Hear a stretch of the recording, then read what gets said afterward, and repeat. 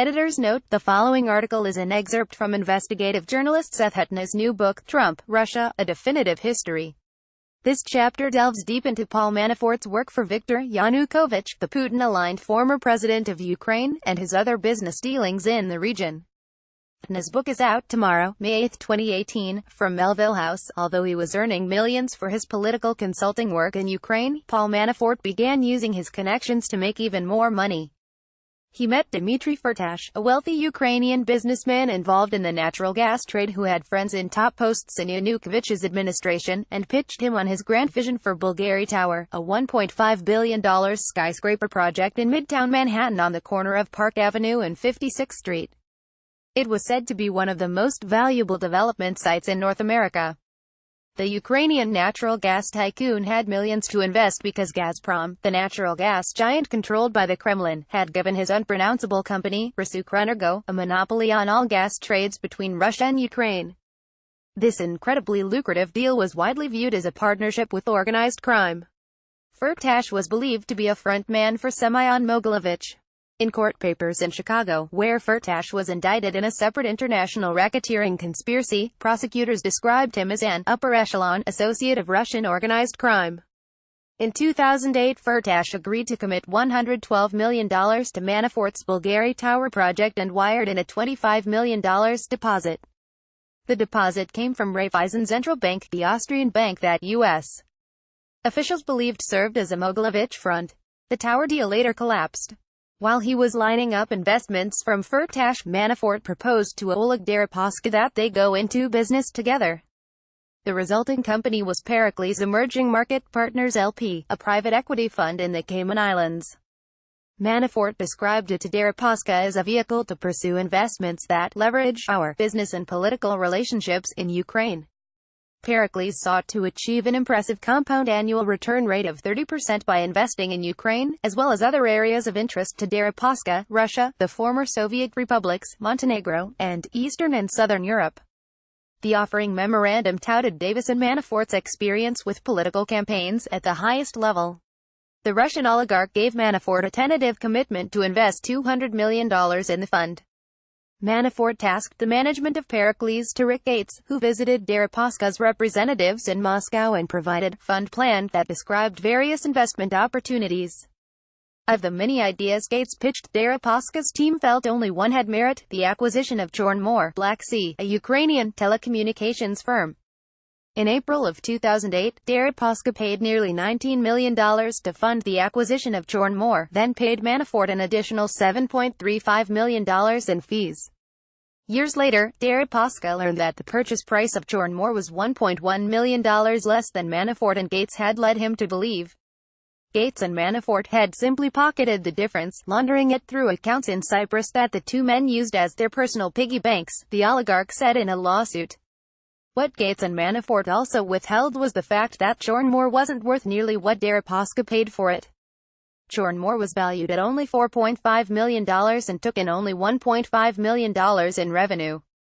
To top it off, the company was run not in a proper office, but in a dingy, Soviet-style apartment building about 6 miles (10 kilometers) from the city center. Around the time of the Chornomor purchase in early 2008, Forbes ranked Deripaska as the 9th wealthiest man on the planet, with a net worth estimated at $28 billion. The telecommunications company investment was a trifling fraction of his wealth, and it would hardly ruin him if the venture sank. With the advent of the global financial crisis in the fall of 2008, however, Deripaska's businesses were hit particularly hard. Much of his wealth was wiped out and the struggling tycoon went hand-in-hand to the Kremlin for a $4.5 billion bailout. Putin put Deripaska in his place the following year in Pikolevo, a town that was struggling following the closure of one of Deripaska's aluminum refineries. In a televised broadcast, Putin compared factory owners who didn't pay workers' wages to cockroaches, and then forced Deripaska to sign a document restarting the plant. As the oligarch walked away, Putin snapped, "Give me back my pen." A humbled Deripaska went looking for pennies wherever he could find them, and he instructed Manafort and Gates to liquidate Pericles and sell off Chornomor. Manafort and Gates agreed, but for the next 2 years, Pericles neither shuttered its doors nor sold off Chornomor. In fact, investigators later discovered that Chornomor was not owned by Pericles, but by a mysterious British company. The last Deripaska heard from Manafort was in June 2011. After that, Manafort and Gates stopped responding to Deripaska's team. It appears that Paul Manafort and Rick Gates have simply disappeared. Deripaska's lawyers wrote in the Cayman Islands petition. Manafort hadn't disappeared, he remained in Kiev with Yanukovych, who was still cutting his checks. As Deripaska worked to keep his empire intact, Manafort worked his sorcery on Yanukovych's presidential campaign in Ukraine's 2010 election. Once again it became a battle of Western and Eastern ideologies, with no clear favorite among the candidates. The administration of President Yushchenko, the man who had defeated Yanukovych in the days of the Orange Revolution, was widely seen as chaotic, with infighting taking precedence over policy-making. Yanukovych had been dismissed as prime minister after a year. His replacement was the co-leader of the Orange Revolution, Yulia Tymoshenko, a steely, blonde-bun politician dubbed the Gas Princess for the enormous fortune she amassed in the 1990s with sweetheart deals in the natural gas business.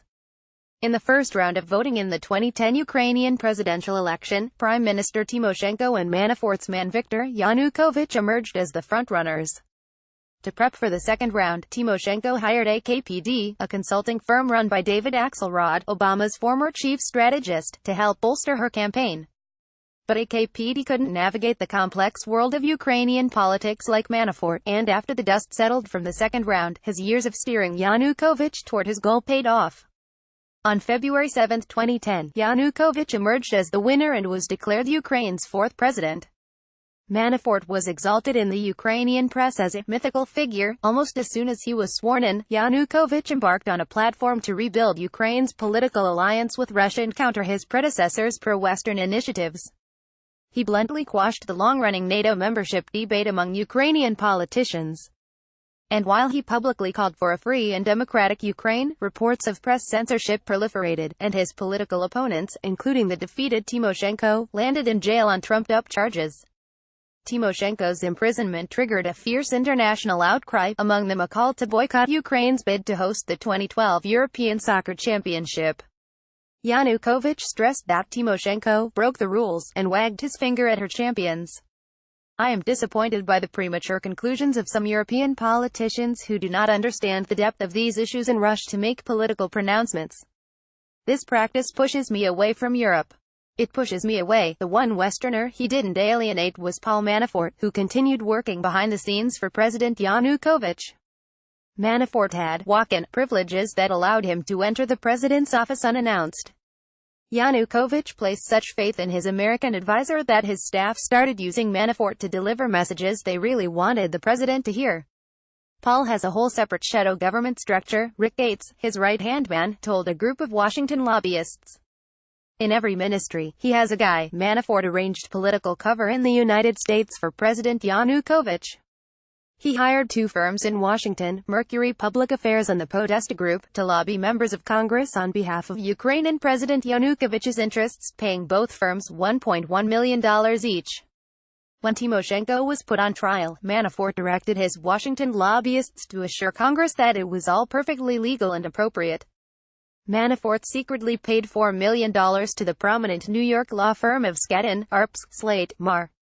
The report found no political motivation in Tymoshenko's prosecution.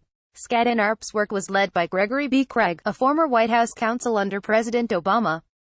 Later, a Skadden Arps attorney named Alex van der Zwaan would plead guilty to lying to prosecutors about a conversation he had with Rick Gates over the Tymoshenko report. He also admitted to deleting records of email exchanges sought by prosecutors. Manafort was making good money with Yanukovych, very good money. The only problem was that it was dirty. It was hard to miss how deep Yanukovych's corruption and cronyism went. Much of the funding allocated for Ukraine's economic development went to Donbas, Yanukovych's home region, and a majority of key governmental and economic posts were given to friends of his from that region, many of whom were clearly unqualified for their positions. That was icing on the cake compared to the staggering $70 billion taken from the Ukrainian treasury and secreted away in foreign accounts, including those of Yanukovych's son Alexander, who during his father's presidency became one of the wealthiest people in the country. The cherry on top was the presidential palace Yanukovych had built, a giant monument to corruption, complete with a private zoo and a faux galleon moored on a private lake. Manafort had been stashing away his paychecks from Ukraine in banks registered to shell companies in Cyprus, the tiny European nation that has long served as an offshore financial center for Russian oligarchs. Manafort used his Cyprus accounts to pay for $5.4 million worth of home improvements at his house in the Hamptons, an exclusive community at the tip of New York's Long Island. Another $1.3 million from Cyprus went to a home automation, lighting and home entertainment company in Florida, where Manafort had another home. Money from Cyprus also bought a $3 million brownstone in Brooklyn, a $2.85 million condo in Soho that he rented on Airbnb, and a property in Arlington, Virginia. Special counsel Robert Mueller would later follow this money trail to return an indictment charging Manafort in a conspiracy to launder money and evade taxes. The beginning of the end of Manafort's sojourn in Ukraine came in the winter of 2013, when Yanukovych broke with his American advisor and rejected a major trade deal with the European Union, opting instead for closer ties with Russia. For the second time in his career, a major protest broke out, this time in Kiev's Euromaidan Square. Protesters amassed to demand his impeachment for plundering the country's wealth and turning Ukraine into a police state. Tension mounted as the demonstrations, which began peacefully, went on for months. Violence broke out on February 18, 2014, in clashes between protesters and police that lasted several days.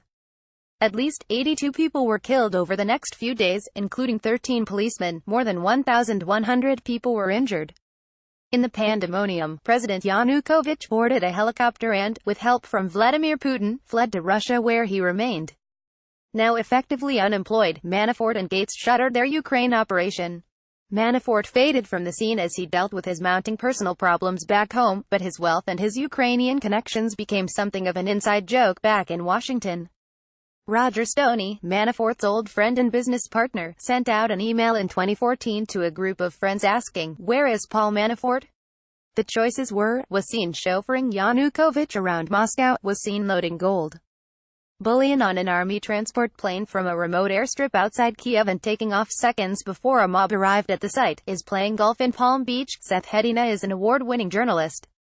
He was a longtime investigative reporter for the Associated Press, where he covered numerous stories of political corruption and American war crimes.